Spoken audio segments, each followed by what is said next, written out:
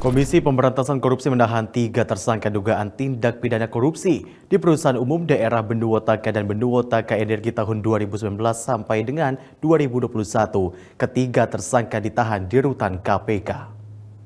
Malam hari ini hadir pimpinan KPK Pak Alex dan juga Deputi Penindakan.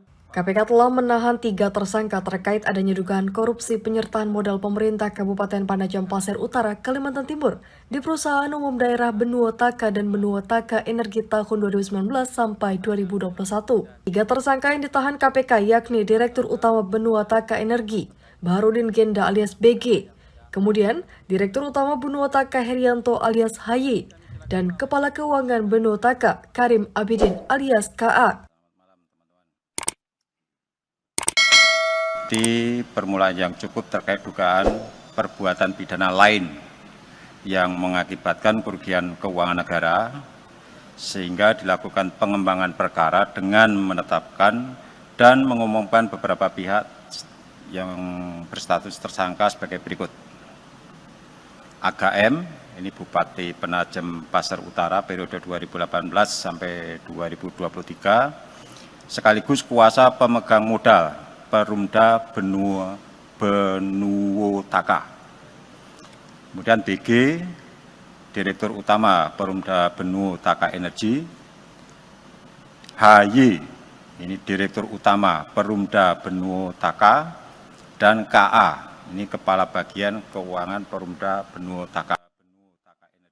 Wakil Ketua KPK Alexander Marwata mengatakan untuk keperluan penyidikan, ketiga tersangka ditahan sejak 7 April 2023 hingga 26 Mei 2023 di rutan KPK.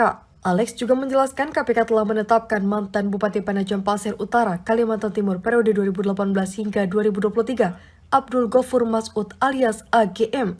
Abdul ditetapkan sebagai tersangka karena sebagai pemegang kuasa modal di perusahaan umum daerah. Abdul juga sudah berstatus terpidana divonis 5 tahun kurungan penjara dan sedang menjalani masa kurungan di lapas kelas 2A Balikpapan. Dari kasus korupsi ini diduga mengakibatkan kerugian keuangan negara sebesar 14,4 miliar rupiah. Dito Rosito, Garuda TV melaporkan dari Jakarta. Pemirsa, Badan Reserse Kriminal Polri menggerebek pabrik pembuatan oli palsu berbagai merek di kawasan Gresik dan Sidoarjo, Jawa Timur. Pabrik oli palsu ini telah beroperasi sejak 2020 silam dan meraup keuntungan hingga miliaran rupiah setiap bulannya.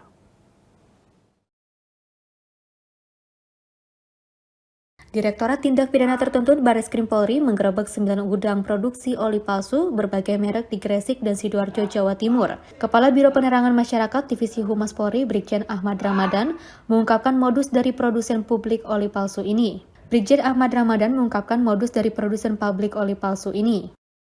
Pelaku usaha melakukan produksi, distribusi, dan penjualan barang kepada konsumen berupa oli mesin kendaraan bermotor berbagai merek dan jenis dengan menggunakan mesin blending cairan oli, pewarna kimia, zat kimia pelarut atau etilen glikol tanpa uji lab, juga menggunakan mesin kemas, cetak dan printing label, tutup botol, kardus, dan segel yang terdapat persamaan pada keseluruhannya dengan merek dagang terkenal seperti Honda, Yamaha, Pertamina, dan lain-lain, kemasan original pabrik dan produsen.